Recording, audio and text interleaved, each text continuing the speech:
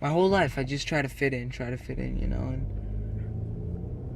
and it's like,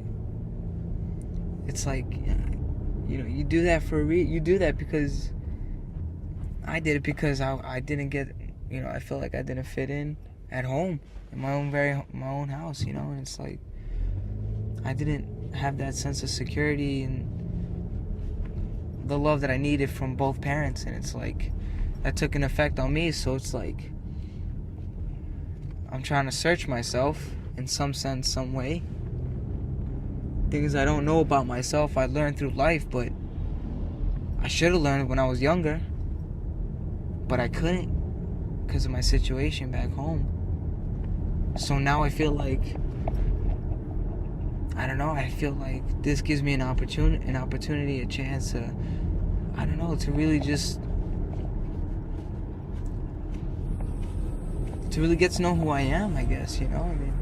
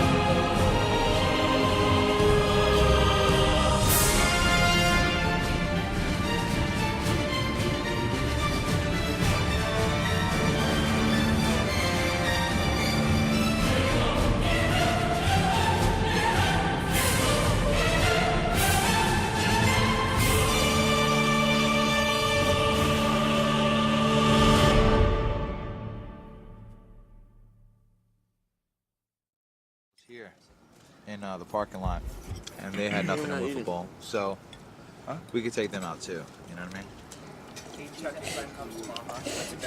A little bit? Yeah, a little bit. Thanks. On Thursday. He turns 21 on Saturday. Wow. Yo. You know what that means, right?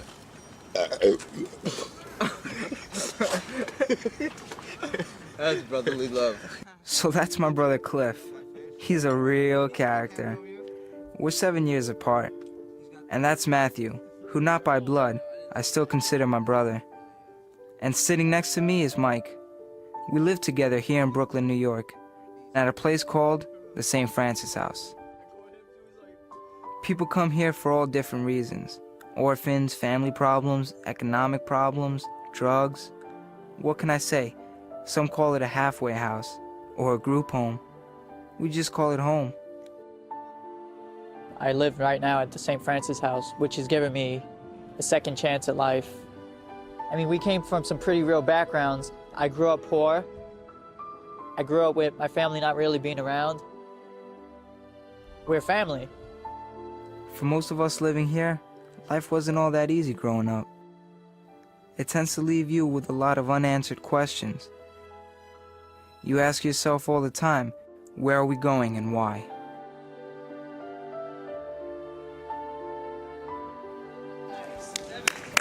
Two and two. Here we go. That's something that I wasn't used to, was family life, and giving me the life that I never had, that I always wanted. Yo, come on. Let's not waste daylight. Let me pitch. Come on, no. Seriously. Come on, please. Give me the ball, Jeff. Let me pitch. Give me the ball. Let me pitch. I want to pitch. I'm a good pitcher. Back off. Get out of here, Jeff. So 3 months ago, Cliff and I wanted to experience something new and unusual. We had a desire to see the world through someone else's eyes. The desire would eventually take us around the world, meeting new people with new ideas and new philosophies, and pretty much every race, religion, color, and creed. For our first experience, Cliff and I decided to join the thousands of people who would spend their winter sleeping out on the cold, brutal streets of New York City. We would live homeless in New York without money or food, and try to experience life and attempt to find hope amidst the city's most hopeless. As it would happen, our adventure would begin right in our own backyard, the concrete jungle.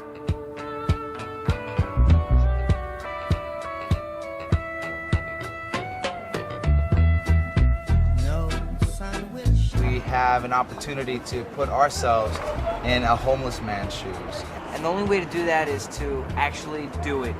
We've got a long night ahead of us, and I think it's going to be a cold one.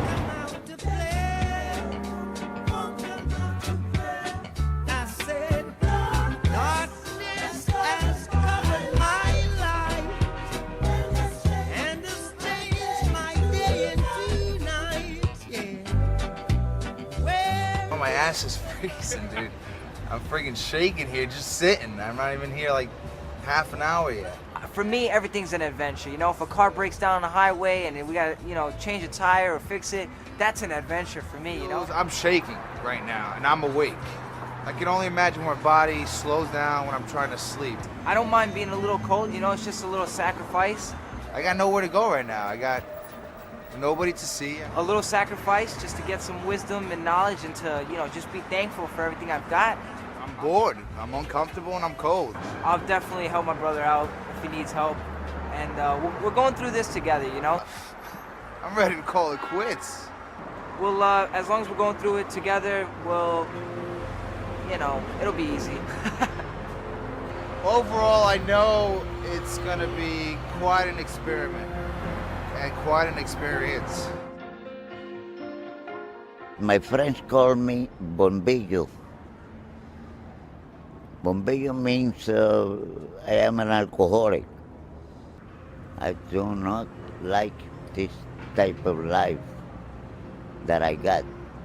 My drinking problem keep me alive. I guess so. What keeps them going? Why is it that they wake up every day? What's their reason for living? Try to be just like me. It's not easy for you to be just like me. If it happens to you,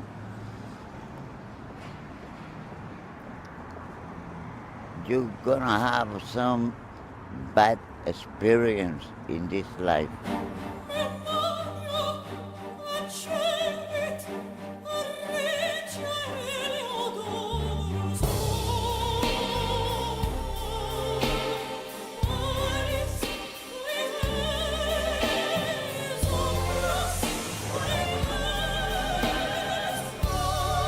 To feel or experience for a couple of nights what it's like to be homeless, you have to prepare for it. You have to have your box, you have to have your blanket, you have to behave just like a homeless person.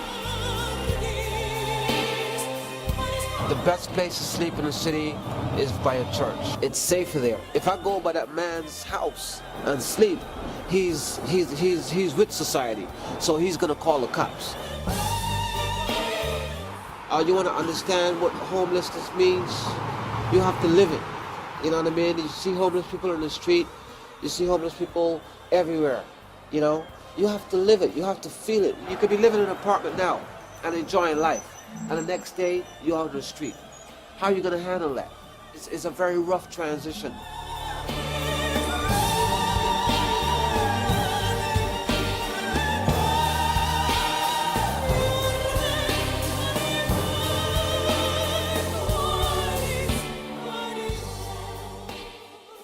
It's not the Royal Palace, but it'll have to do. Hope it's a warm night. This is definitely a different experience. We're in a community with all these guys, with all these homeless men, sleeping in cardboard boxes, and it's like you don't know where they're coming from, so you have to be careful. You don't know who you're sleeping next to.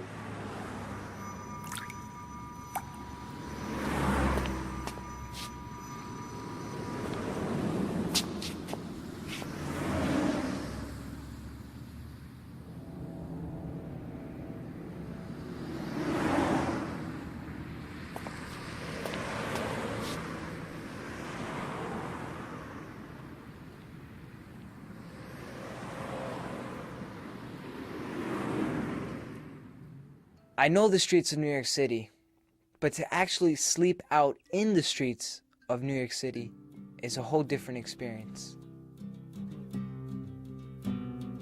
You learn a lot when you travel. You learn how people live. Everyone survives differently. I grew up in a very abusive house, and my dad was an alcoholic, a drug addict. He was very abusive to me and to my two older brothers, and my mom as well. I was kind of I was a surprise baby. I was a surprise. I wasn't intended. You know, my mom didn't plan on me. I wasn't a planned baby. I did have my fun times as a kid, you know. I wasn't close to my father, but I do look back and I say to myself, you know, there was good times. July 4th was like my dad's day. That was his day. He would get like the best fireworks and the whole block would be involved. And we'd light fireworks and it would go on for hours. It'd be from as soon as that sun went down, just start lighting fireworks, you know? Everyone loved my dad for that. There'd be a firecracker belt and it'd just stretch out from one end of the street all the way down to the other. And it was just great, you know? I look at those, you know, I look at those memories. I mean, I look at those moments. Everyone lives differently. When you go somewhere out of your own comfort zone, out of your own realm, and you enter someone else's, that's learning.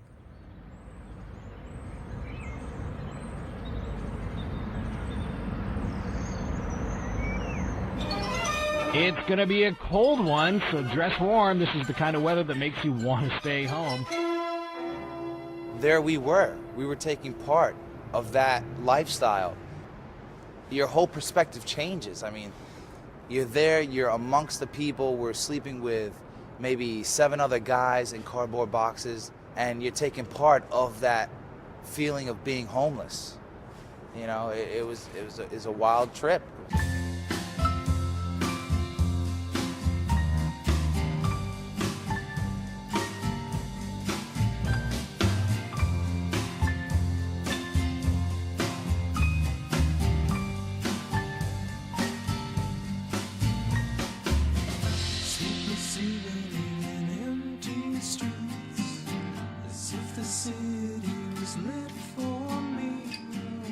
God has a purpose for us all.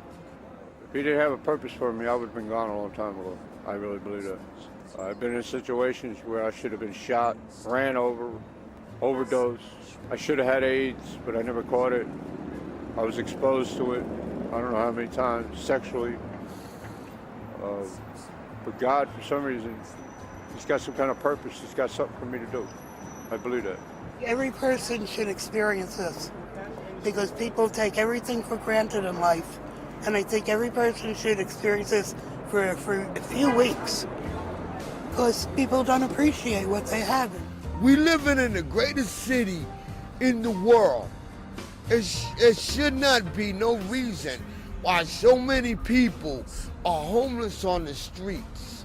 You know, people walk around and I look around and I see people in wheelchairs and they're sick, and there's a lot of people more worse off than I am, than just homelessness. I mean, you have an opportunity right now to tell a lot of people what you may have been wanting to say to them for a long time, or just the public in general, society. What do you have to say to them? You know, you can't say everyone is bad. We all have something happen to us. And if you don't have a good family or friends to support you, then you're in a lot of shit.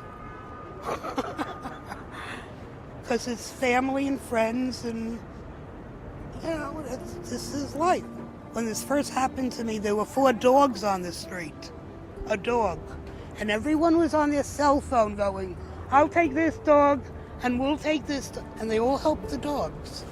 They all helped the dogs. They took the dogs home so they wouldn't freeze to death. And they let me stand there. How'd that make you feel? You're my brother. I'm Jewish. I had a rabbi who said, that's your brother and that's your sister. And if you see your brother or your sister in trouble, you help them.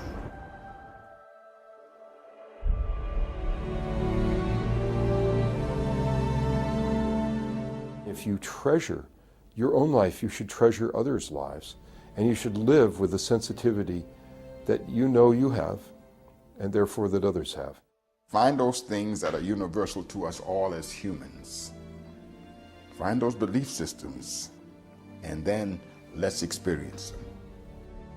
I think we can find at least small examples, right, where ordinary human beings can talk about deeply transformative experiences. No, we just got kicked out from where we were sleeping. It's 5:30 in the morning right now, and it is really, really cold. This is just life on the streets, pretty much. You know? We had to move, so we moved, and now we have to get warm, so I guess we're gonna walk around and try to stay warm.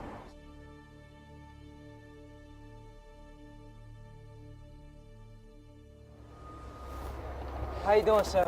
I'm homeless right now. If you could help out by, you know, maybe a donut or something. And I was wondering if you could help me with some food. Yep. Something hot to drink or hot chocolate, you know, something to eat, something small, even a little piece of bread. It doesn't have to be big, just anything.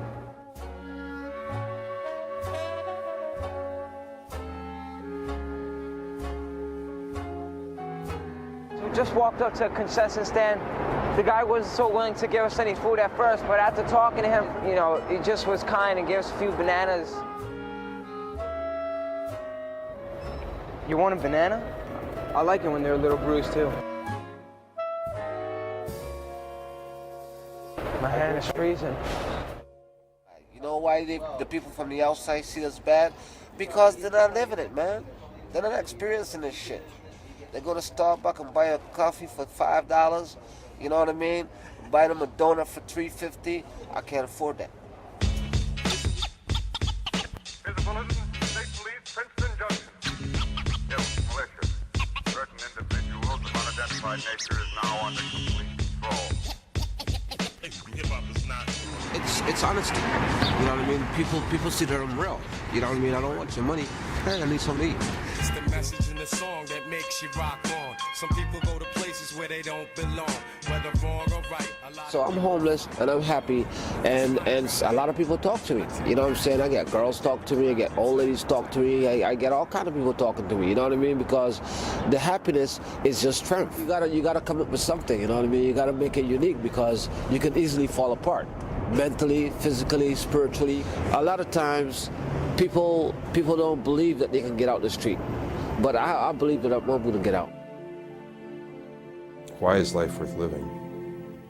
One thing I realized very early in my medical training is that no matter how bad off a person is, handicapped people with really bad deformities, even people in pain, for everybody, their life was a treasure to them. And they wanted us to take care of them with a tenderness and a concern for their good. Life is worth living because it just is. People know that. People know their own life is worth living. Some people get depressed and they lose the sense of their life being significant.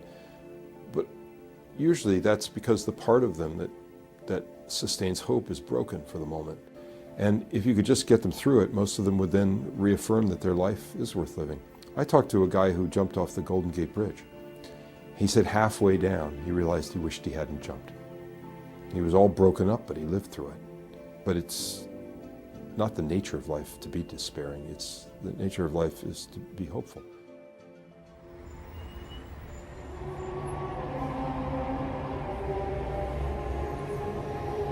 Strange, isn't it? Each man's life touches so many other lives. When he isn't around, he leaves an awful hole, doesn't he? Are you sure this is Bailey Park? No, I'm not sure of anything anymore. All I know is this should be Bailey Park. But where are the houses? You weren't here to build them.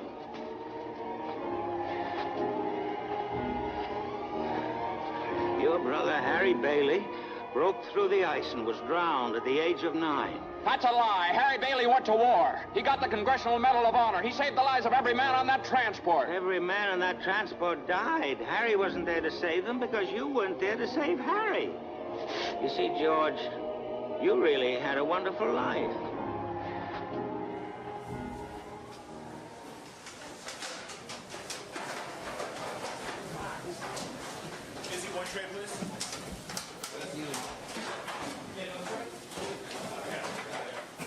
Life is other people. It's just that simple. And if you view each of the other that you meet as being a component of yourself, it can change the way you see things. What is your meaning? Like, what's your outlook on life? What is the reason for living? I'm not on this planet for nothing. I'm here for a purpose. I don't know what that purpose is. Like the gentleman said, we all have our faults. We all did our things. So if our purpose is to make mistakes and learn from our mistakes, that's going to help us to be a greater or less of a greater individual along the way. We meet people through our life. So my main focus is why my existence here is to help other people, and as well as to get help. I try to keep a good outlook. With that, I can have my hope and my dreams. And I do not have to give anything, including my dignity.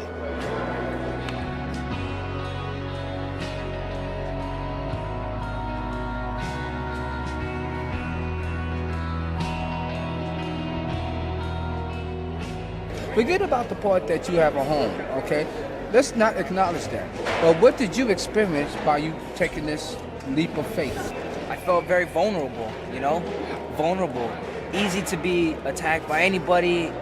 It's a bunch of emotions. It's a lot. I felt at times a little humiliated, embarrassed. Yeah. You're not secured. You're definitely not. You're not safe. To get to know some homeless people and to get to see some of that commonness of humanity, how very similar we really are. I congratulate you. At least you got balls enough to come out here and really sit around us and understand what we go through. Like most people say, oh, they're not human. Hell, well, we're not automatons either. Okay, you know, we have blood, we have a heart, we have a mind, a spirit, and a soul.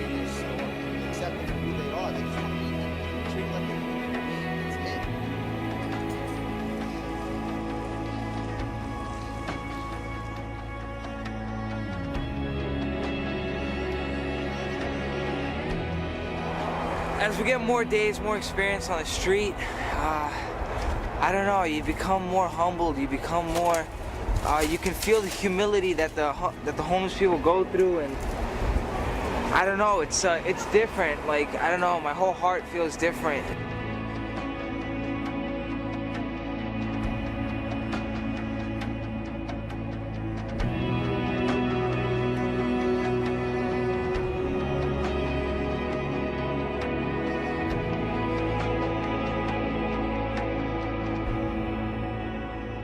That really, it doesn't matter who you are, what your background is.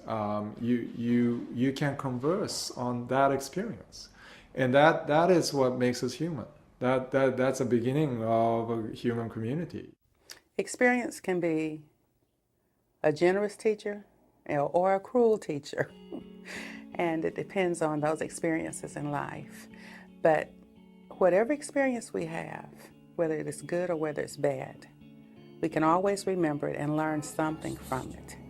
And it's those moments, you know, when something touches you, something opens up, something that you didn't realize before, you hear a longing, you know, that you never felt before. Those are human experiences that will define how you communicate with your spouse, how you communicate with your children, how you communicate as a teacher. you know, I think it defines how we communicate, period, as a society. And when you experience those things, it brings growth. And so you won't get caught up in the facades anymore. The little differences that they talk about that become big things. You won't buy that anymore. You know. And if you don't buy it anymore, they can't sell it to us. We can talk about ideas forever, but ideas are simply that. They're thoughts, they're abstractions, and until these ideas are rooted in reality, and the reality of my own life, my own experience, they can't be tested, they can't be known to be true. Will Kinane is one of my heroes. The story goes he was taking a road trip with his brother to New York, and his brother asked him what he wanted to do for the rest of his life. Will answered he wanted to surf and help people, and Surf for the Cause was born.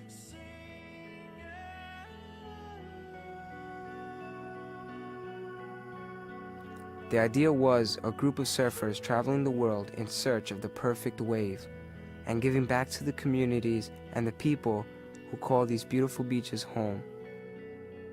So Cliff and I found ourselves along for the ride in a van full of surfers traveling down the Pan Am Highway somewhere in South America.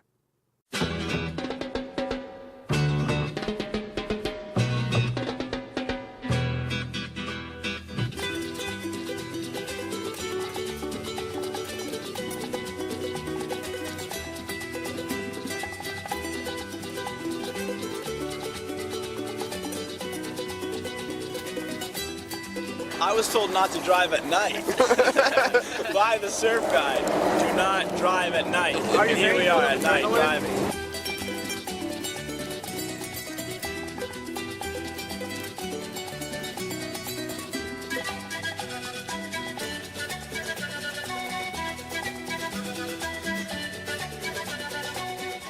After driving all through the night, we finally started to smell the salt in the air. As soon as the guys got their first look at the ocean, they were out of the van and surfing before I had realized what was happening.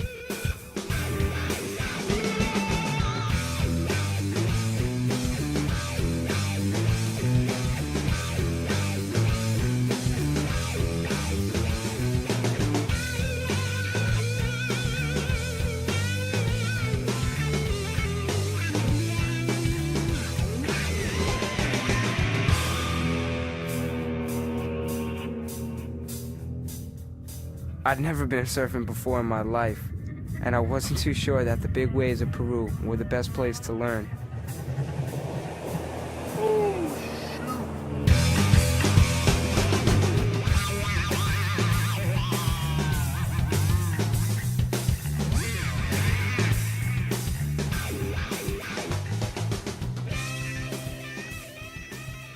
So after a great surf session for the guys, and a couple of hours of me getting my butt kicked, we packed up the van and headed to the children's home, where Surf for the Cause was scheduled to volunteer for Dr. Tony and his staff, helping the lost and abandoned children of Lima, Peru.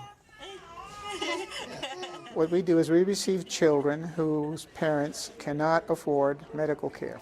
If the conditions in the home are not such that children can be adequately cared for as an outpatient, then the children come into the home and they stay with us until they're well.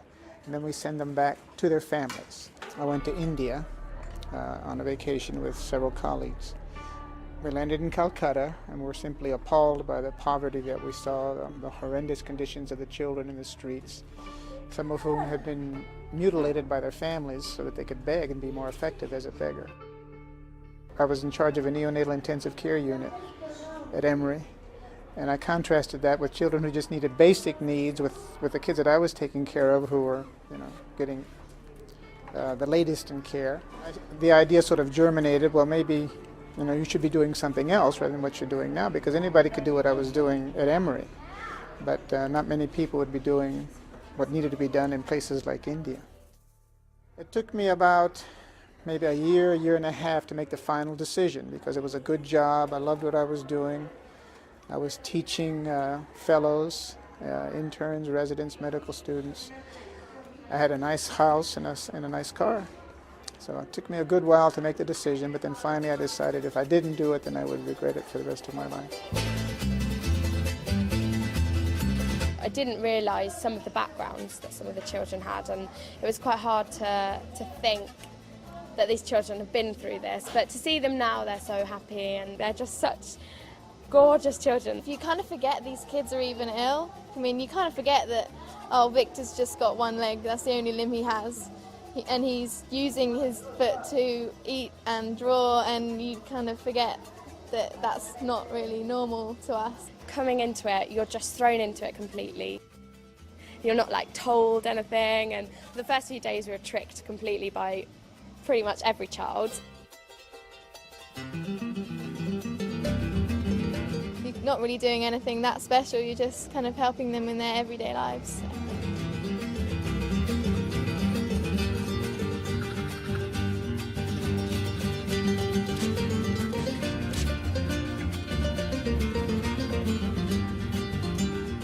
Because most of the people that come here, when they see how the children are so happy, despite the infirmities, I mean, they can't understand it.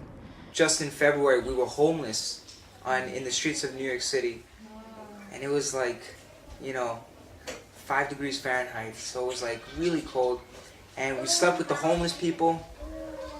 There was like a community. There was a community of homeless people, so we slept with them. We begged for food, we begged for money, we slept out in the streets, and because we wanted to know what it was like to step in the shoe of a homeless person, to live their life for a few days. Through human beings in Peru, in New York City, wherever we go, we try to find out what life is through their experiences. You see her foot there? When she came to us, it was completely bent like that. Couldn't even straighten it up. And that's from all the bad treatment she got from her father. I think she's been with us about 2 years now. Yeah, about 2 years. She's 6 years old. They come in, sometimes they come in with a diagnosis, and sometimes they don't. They're just ill and need a diagnosis. So I sort of triage them here.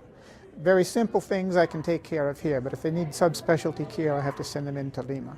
Hurry up because we're late. Okay. We're late. Do we have someone in this car? No, I'm going to the front there with Cliff, isn't it? Reason, did you gotta go?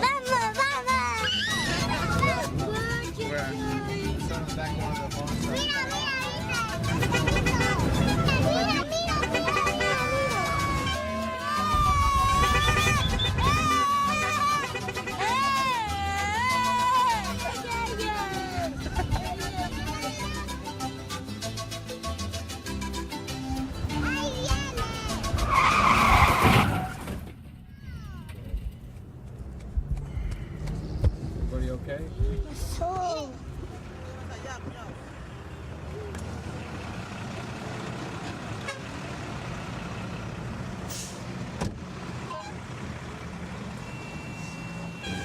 Where's that guy going? Isn't he supposed to stop, that guy? Yeah, he's supposed to stop. Yeah, you got the license plate? Yo, necesita... Llámalo a la policía o que sea. Ustedes están acá, tu vuelta con mente. Nosotros estamos... Oye, yo estoy estacionado. Estacionado. Oye, compadre, tú estás estacionado. Everybody doing all right in here? Pero ¿para qué te abriste pues, de otro lado? Yo estaba en mi carril en el medio. All right, see this? Mira esto de atrás. Tú estabas muy... you were too close. Yeah, muy cerca. Tú estabas muy cerca. That's it. So we're all in agreement that it was the white Nissan that totally cut us off. He wants us to pay him. He's not gonna get a dime, dude. A dime. Just get the kids to the hospital is the main thing right now, you know? Señor, si estoy vendiendo de allá... Compadre, escúchame, tú eres terco. Escúchame.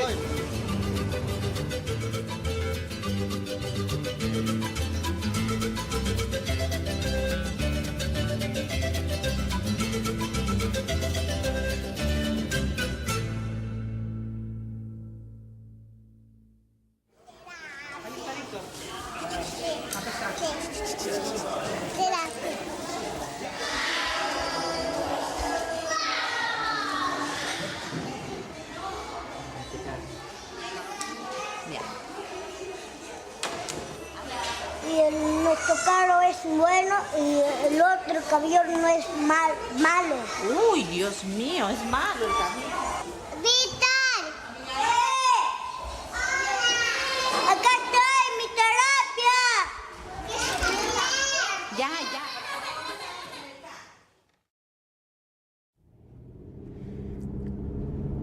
When you have those questions in your head, whether your own father doesn't love you or not, that takes a different toll on you. You know, life is completely different. You know, you don't look at the world so nice, you know? The way I looked at my own home, being violent, aggressive, and, you know, very abusive, is the way I perceived the world. That's the way I perceived it. And that the world was violent.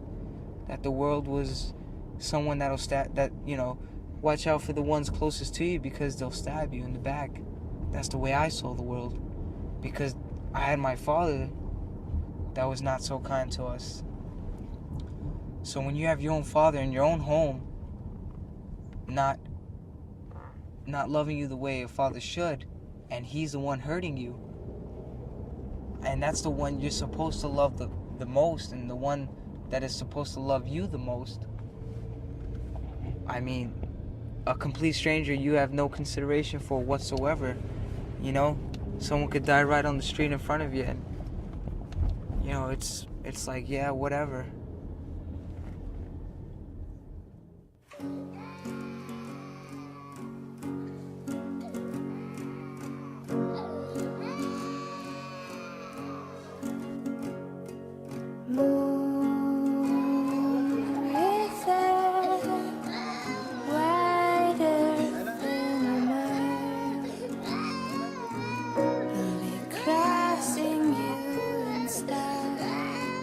One day, oh dream maker, you heart breaker, wherever you're going, I'm going your way. Drifters have to see the world. There's such a lot of world to see. We're after the same rainbows, and it's just around the bend. My huckleberry friend, river.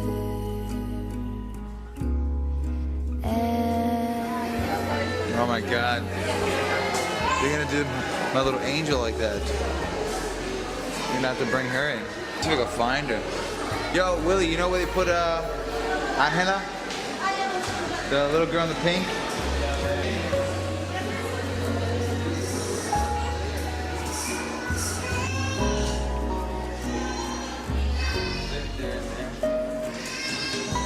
There she is.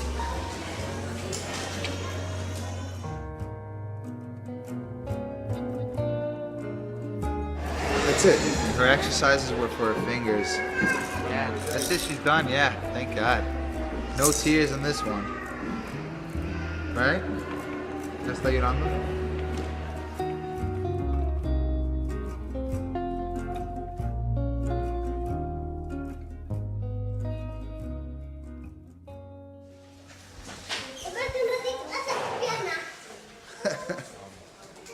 It's tough to hear, you know, with a little girl like that, so innocent and so vulnerable, and somebody to take advantage of her and abuse her the way her father did.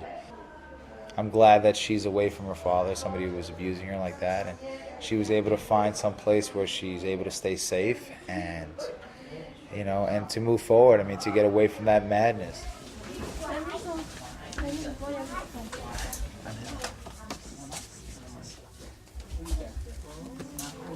When she was born, her father didn't want her because he wanted to kill the little one. Many times the mother, when she comes home, she found her nearly dead, tied down.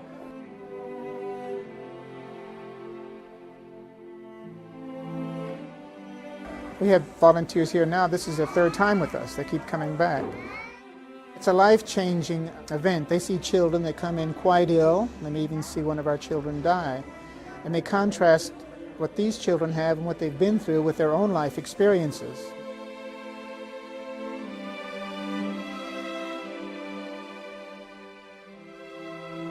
It's not what we gave them, it's what they gave us, because they gave us the reason to live.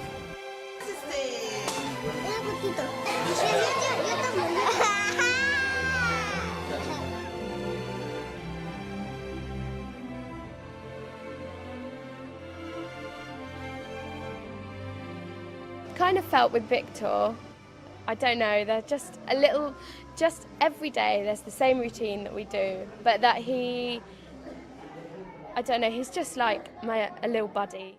It's that Victor was abandoned by his parents because when he was born he didn't have any arms and he only had one good leg and half a leg. And it was the nuns that brought him down here.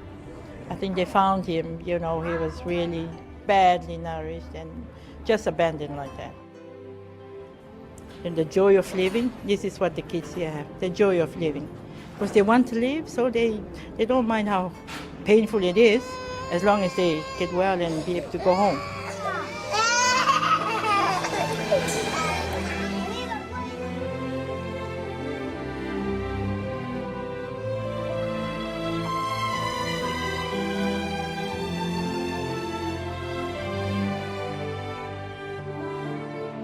But then when she came to us, well, we did everything we can for her.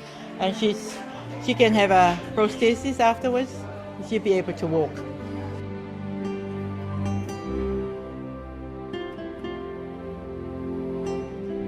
And people need to learn that. People need to get out of their little box and kind of see the world and realise what else is out there, how many other cultures are out there, and just, I don't know, open their eyes a bit.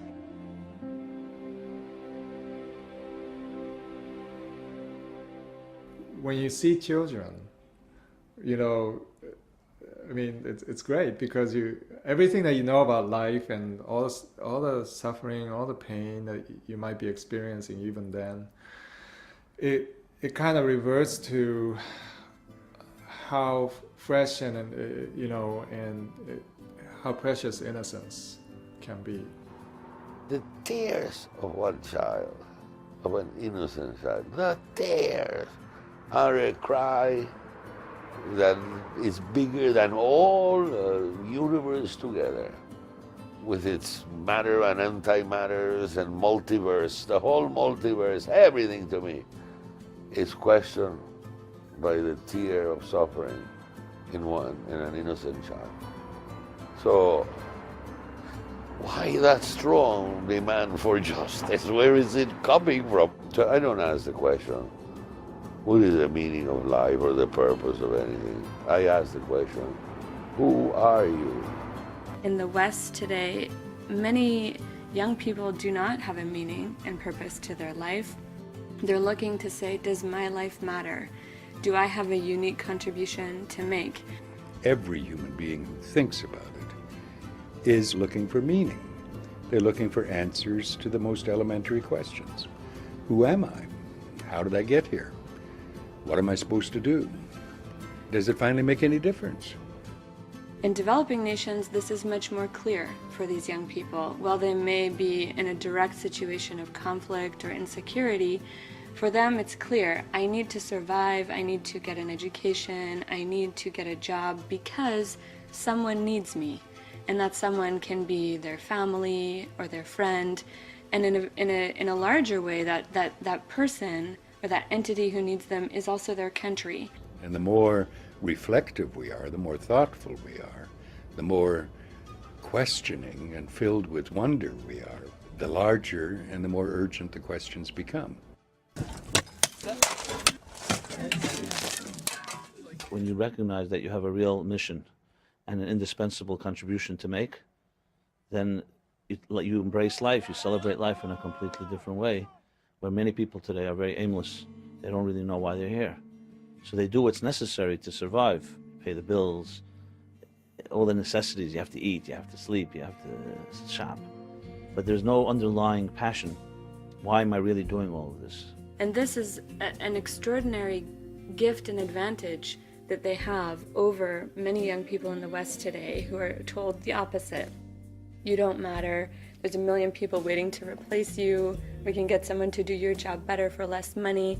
This translates, I think, into a cultural question that we're facing, where many, many young people today are saying, I need to experience in some sense that my life matters. The more mature person is not the person who has all the questions settled. No, the mature person is the person who enters ever more deeply, ever farther and farther and farther into the mystery and into the wonder. If life is not lived at this level, then it is lived at superficial levels. And then whoever has the power to control your superficial levels will rule over you. And the world is out of kilter because people aren't allowed to exercise their purpose, meet and pursue their purpose. Show everyone has a purpose. They're born to do it.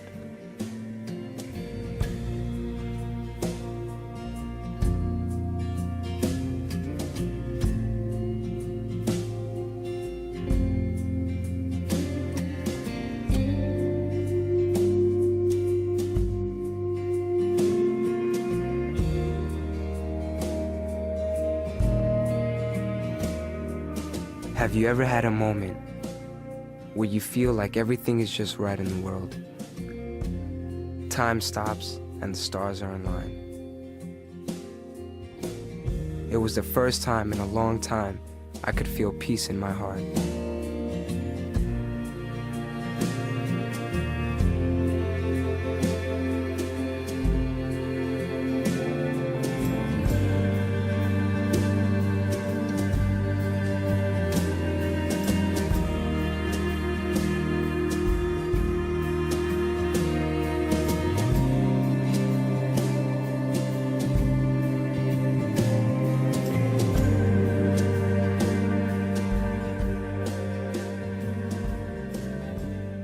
It's like playing music. Each of us has our musical note that we have to play. And if you know that's your note and no one can play that music and the whole composition is waiting for you to play your note, there's a good reason to wake up. Everybody's on a journey, been given a purpose for their life, and they can fulfill that no matter what their beginnings were. People who were abandoned by parents, and lived in orphanages or lived in even abusive homes can go on to live very full lives, that because some parent might feel like, I don't want the burden of this child, the beginning is just the beginning, and then there's a long path of development, and where there's life, there's hope. So we experienced living homeless in the concrete jungle and the happiness of the lost children of Peru. Our stories interested Mike especially, who was a freelance writer. He told us he was planning to research a remote leper colony across the ocean. And Matt was already going with him. So, thirsty for our next adventure, Cliff and I decided to join.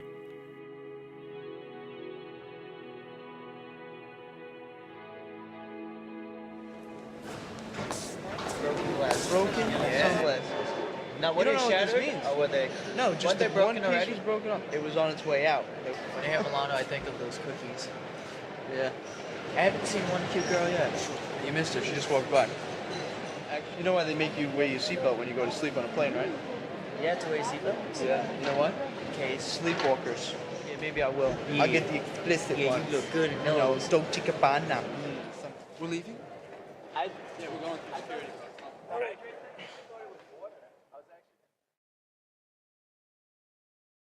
Nothing could prepare us for what was coming next.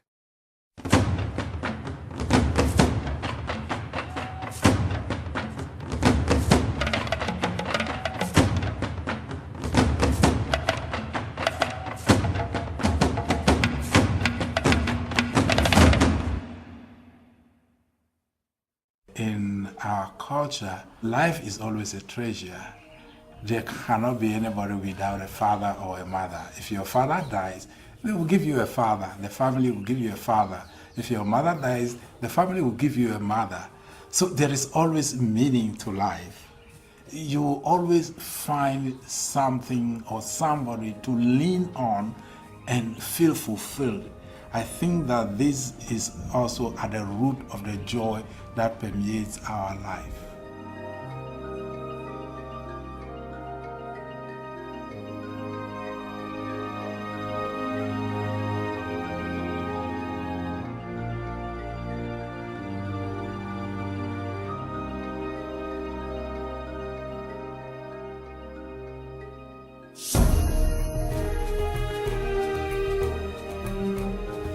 Fastest. Yeah, kind of fast. We'll run after you.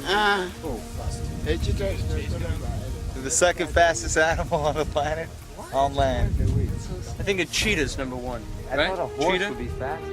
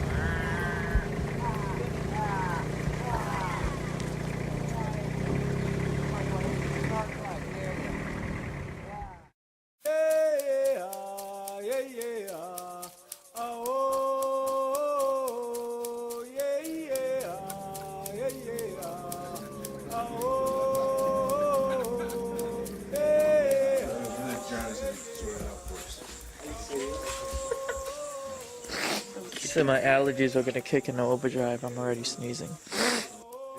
These bugs were huge, and I'm not a big bug guy. Not into the bugs. Stand in the center there with all of them and conquer your fear of them. That's what I realized. They had a wingspan, I don't know what. They look like small birds here. Hold the door. It smells really bad. Oh my gosh. The flies are everywhere. The flies are everywhere.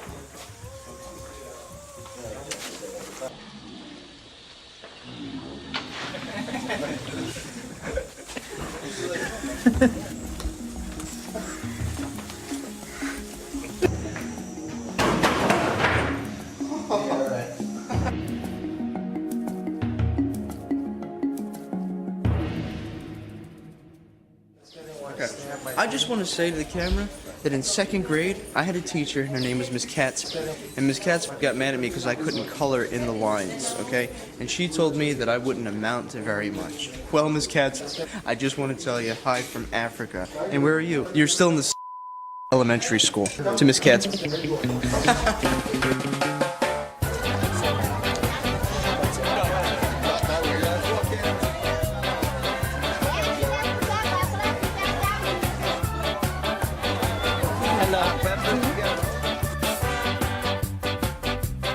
Oh, I just got beamed in the head with beans. Free samples. Get your free samples.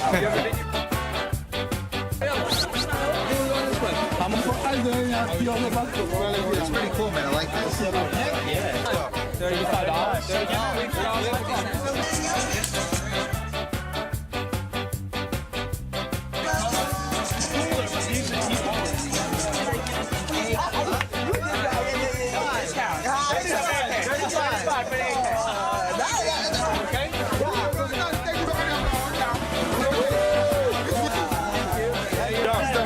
We got ourselves some swords.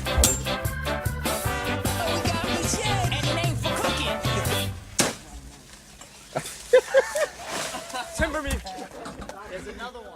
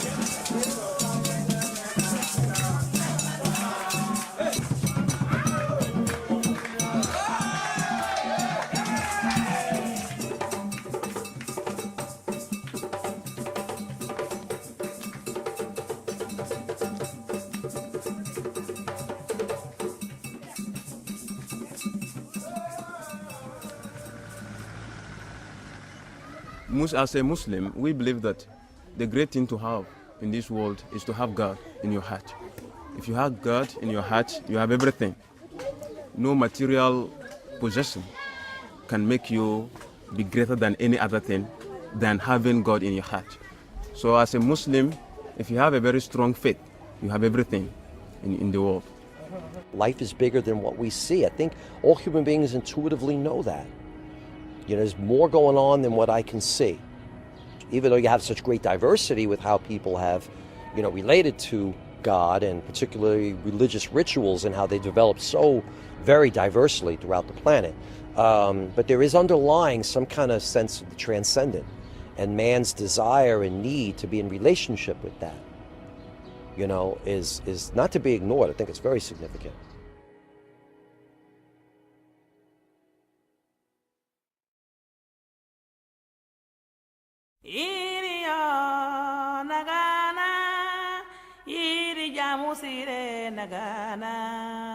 Nagana linko khatine soni kareme bambara reme jala soni jalabane walai khatigana jagonga dena lemuno ko khatine walai khatigana sugonga dena lemuno ko khatine walai khatigana jagonga dena lemuno ko khatine bambara reme soni kareme jala soni jalabane iriyo nagana iri jamusire nagana le ko khatine. Well, today we're gonna be doing some interviews with people who are dying of AIDS, and on a personal level, when I was 9, my mom passed away of AIDS. It's going to be a little hard for me, you know, to actually speak to them because I never had a chance, you know, to actually speak to my mom before she passed away.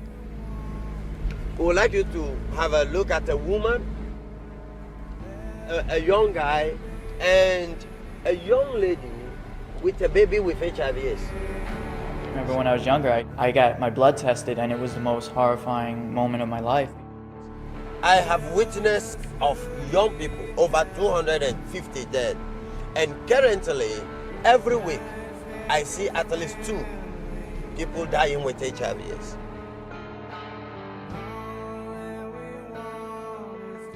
And I'm hoping that through them, they'll find peace, I'll find peace.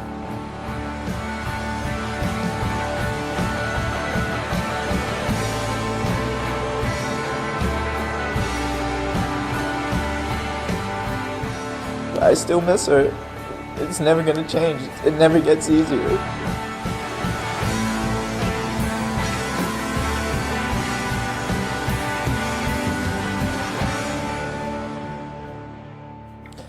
You can replace it with anything you want, but you can't replace a mother's love.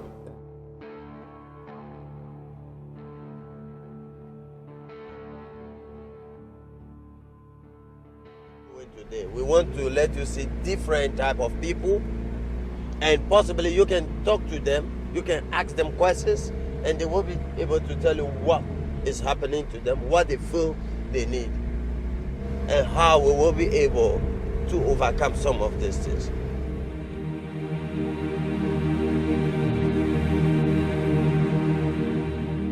Suffering is a journey deeper into the heart of life. You can't make a superficial description of the meaning of life as though it's oriented around pleasure or beauty or, what I said earlier, fun. It's obviously going to be full of pathos, full of struggle, and indeed for many full of terrible suffering. She's still having the sorrow. She's still having the pains. You can see it, that there is no joy in her life yet. But when we come, the first thing she asks me is that, so when will they get some drug that can make me go back to my days?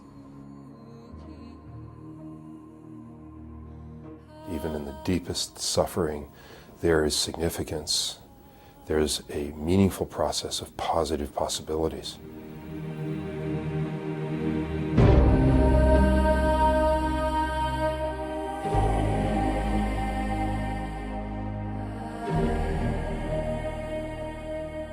We have to recover that language of humanity. We cannot understand suffering without it.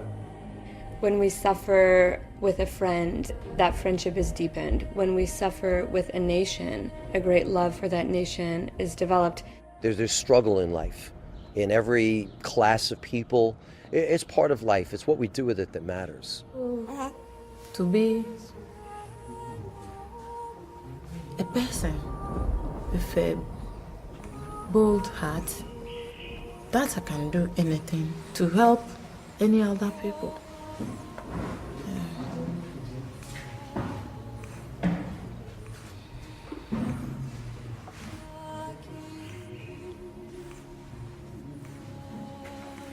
Facing death every day, you know, how do you deal with it? The first thing I do is I thank God. If He makes me wake up today, God has something to do for me. Because I never had a chance, you know, to actually speak to my mom before she passed away. What would be some words that you would leave with your kids to always remember you?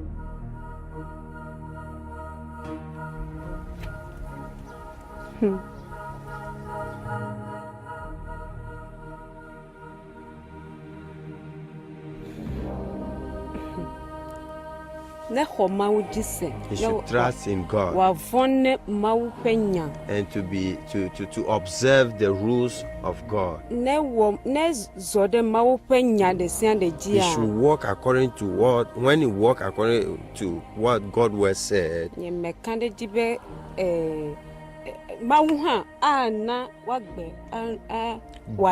God too will let you prosper in all that you are doing.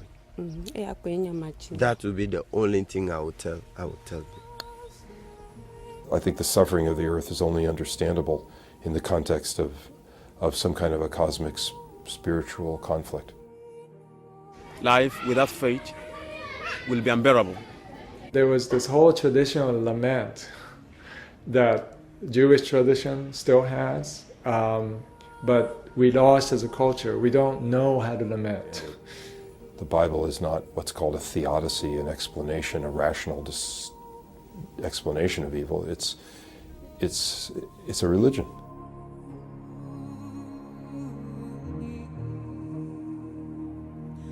The crucifixion was the culmination of the drama of suffering and the drama of love.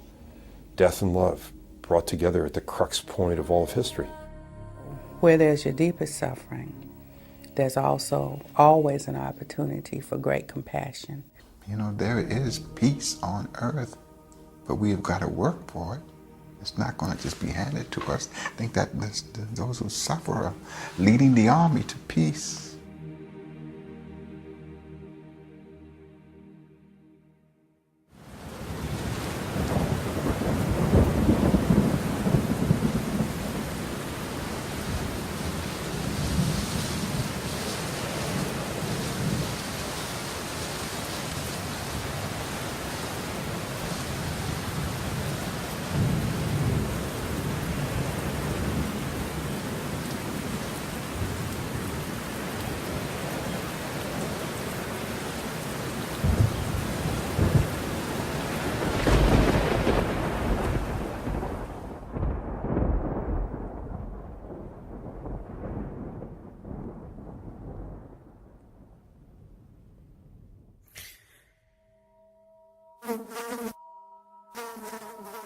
I didn't even know leper colonies still existed.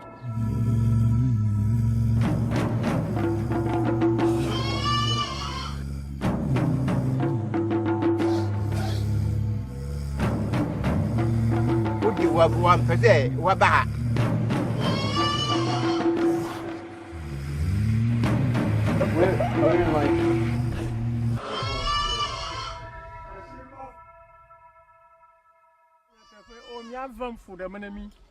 kakana mauta ne mi foko mauna mi foko mi jagba dogbe e on viare na share fonu ko mi ga trogbo en mo ka mi ga ife ale ko mi choli afien viviru. What do I know about Africa and diseases? AIDS. That's the first thing that comes to my mind. Not a leper colony. And here I find myself on my way to visit a leper colony.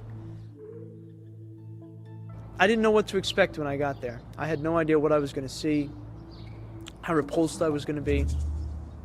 I really didn't know. We find out that it's kind of almost looked upon like a curse. Your family and friends kind of desert you, and you're looked at as an outcast, and you're actually sent to live in this colony, almost like, you know, segregated from the rest of the population. Like, they obviously don't live normal lives, so how do they cope with living? Why do they bother getting up in the morning?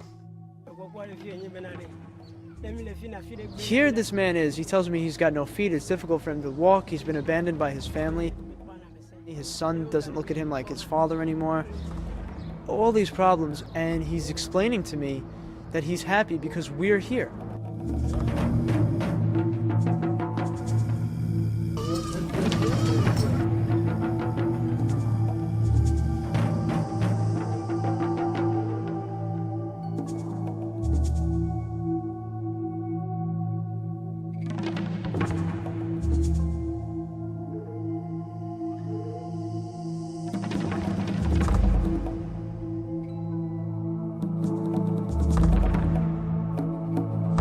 I look in the mirror, I have a zit, you know.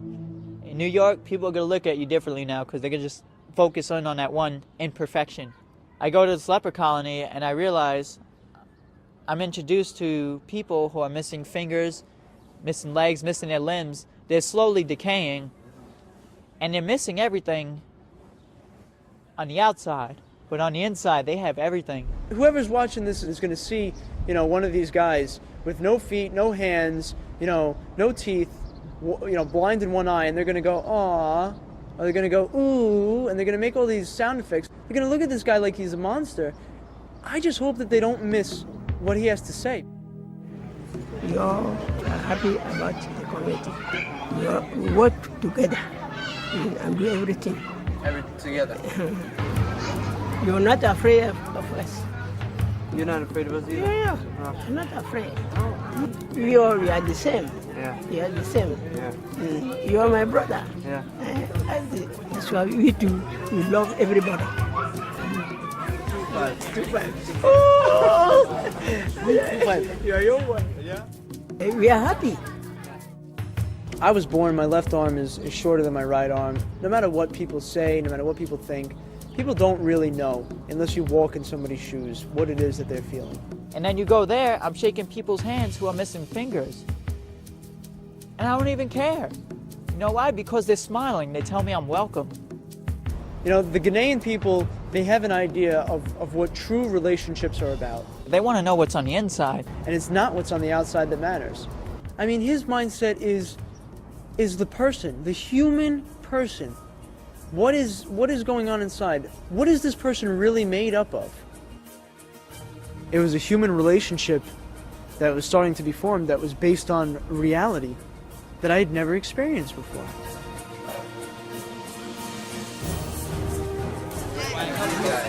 He's a heavy guy. Look at him.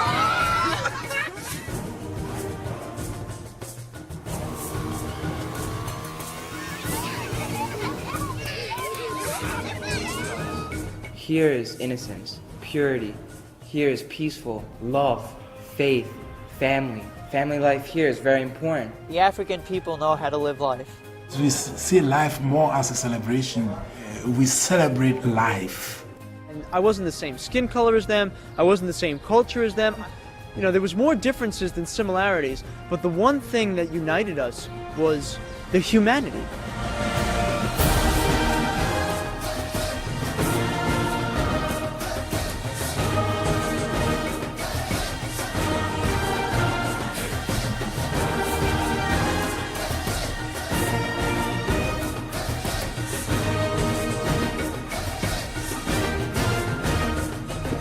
I was a human being, and that's all that mattered to these people. They accepted me because I was a human being.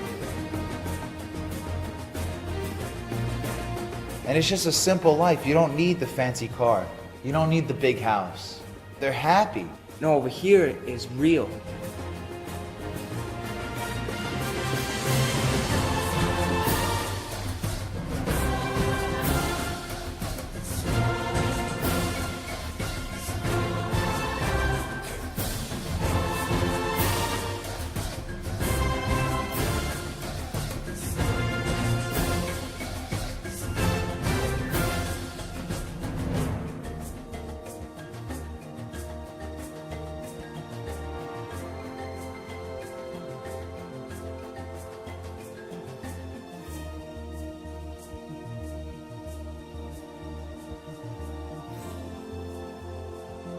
By temperament, I think that we are joyful people. Despite economic problems, we are happy people.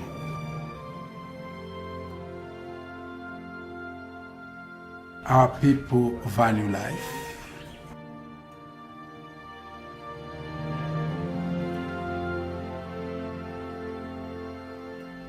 Well, I made it this far at 20 years old. With the people, with, living life, meeting people, getting to know them. Because I'm always concerned of who dislikes me, who hates me, or what people think about me, or how I feel, or what people feel towards me. Those who have both parents, they don't know that, they will have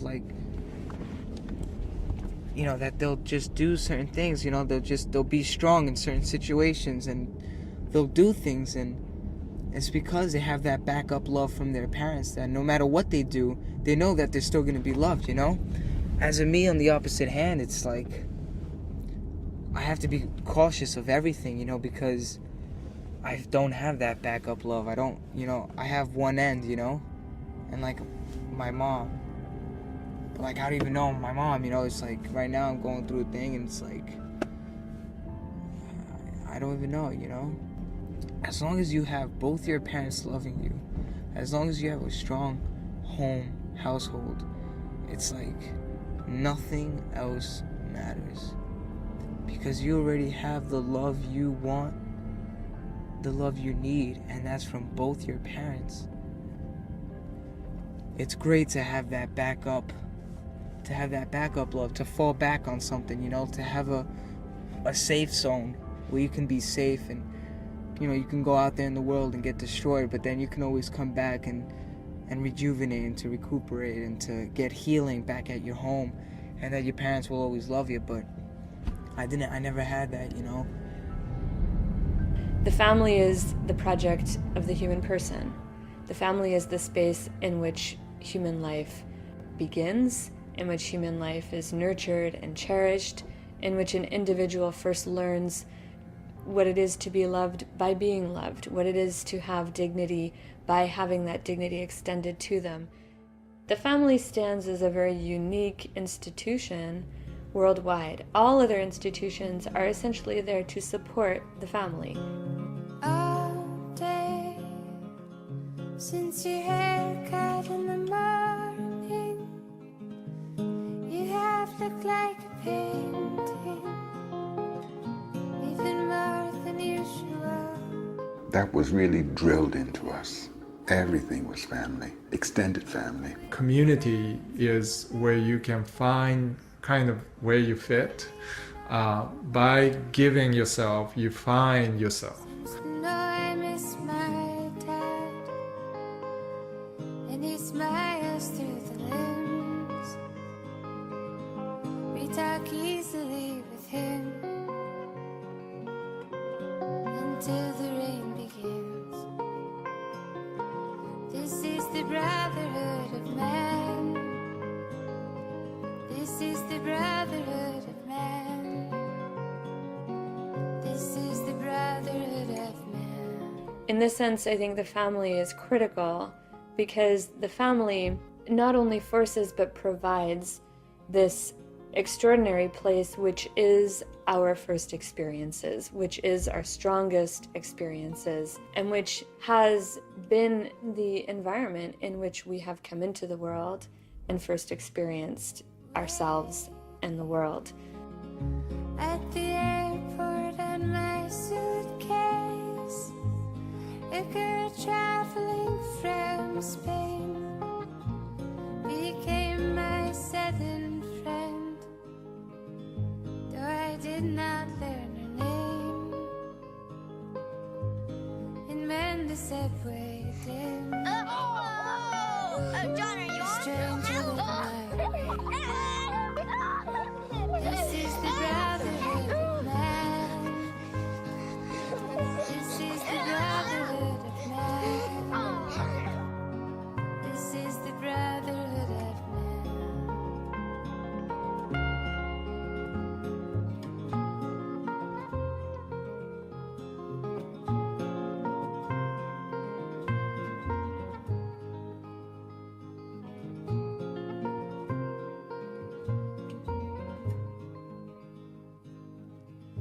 never can say what I mean, but you will understand. The family sets up boundaries that are very different from any other relationship in the world. Whether the family has been a place of security or insecurity for us, it is a place that we continually have to turn to know who we are, and to in fact try to figure out how to know these others. I'd like to know what's new in his life, and I would love to tell him what's new in my life. You know, I love to exchange that. You know, I want to share my life. He is my father. I respect him, and you know what? I still love him.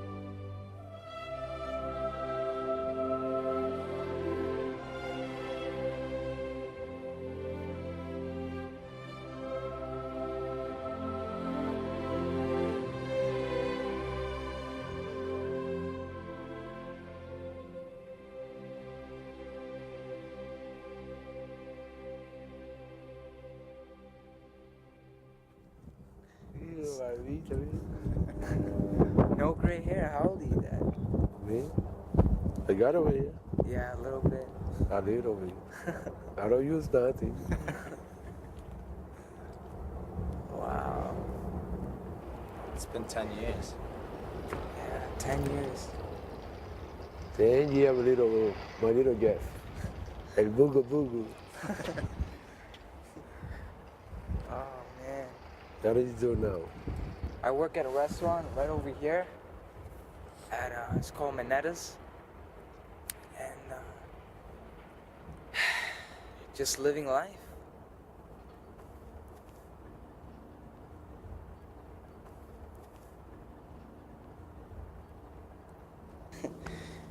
I missed you, Dad. Little baby. So how when you suffer with this family, you know, you see the song for another way. What do you mean? You know, not live it together. So hard.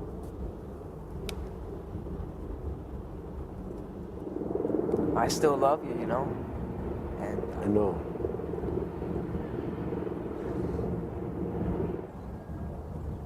So right, my son. Feel my stomach going away. I never forgot you. Never.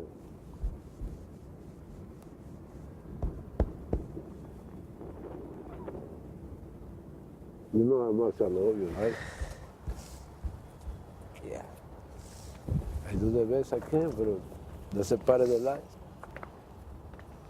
Something happened, you see, I married when your mother, how long? 21, 22 years ago? I mean, for 20 years.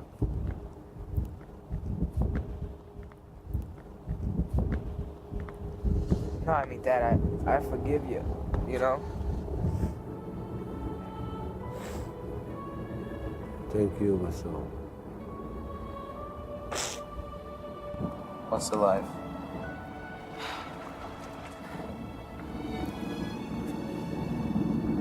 It's about the human experience. Oh.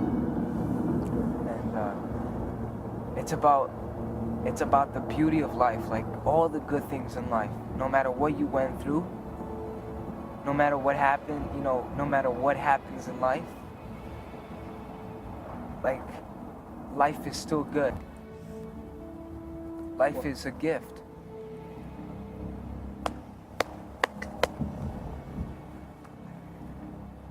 Little Jeff.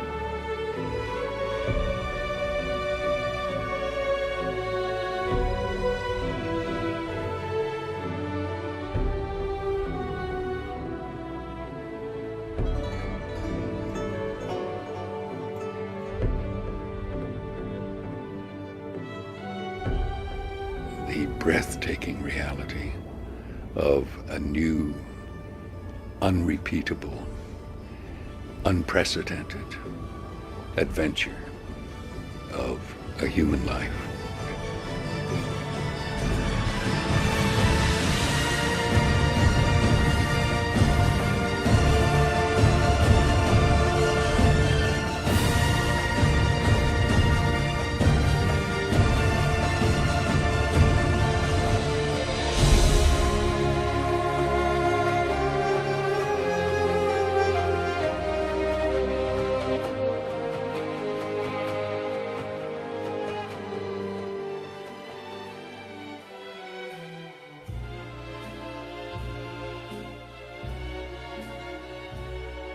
You must remember this. A kiss is still a kiss. A sigh is just a sigh. The fundamental things apply as time goes by.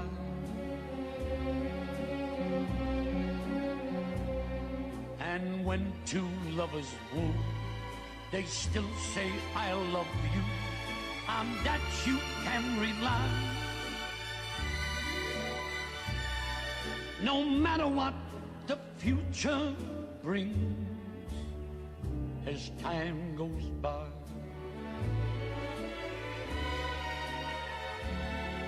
Moonlight and love songs never out of date. Hearts full of passion, jealousy and hate. Woman needs man, and man must have his mate. That no one can deny.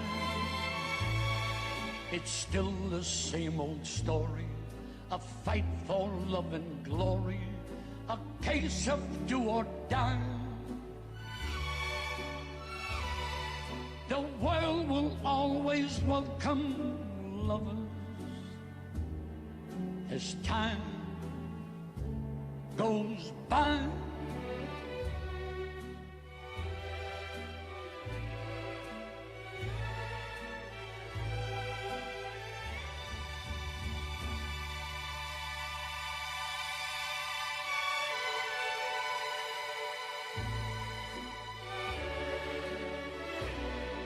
The world will always welcome lovers as time goes by.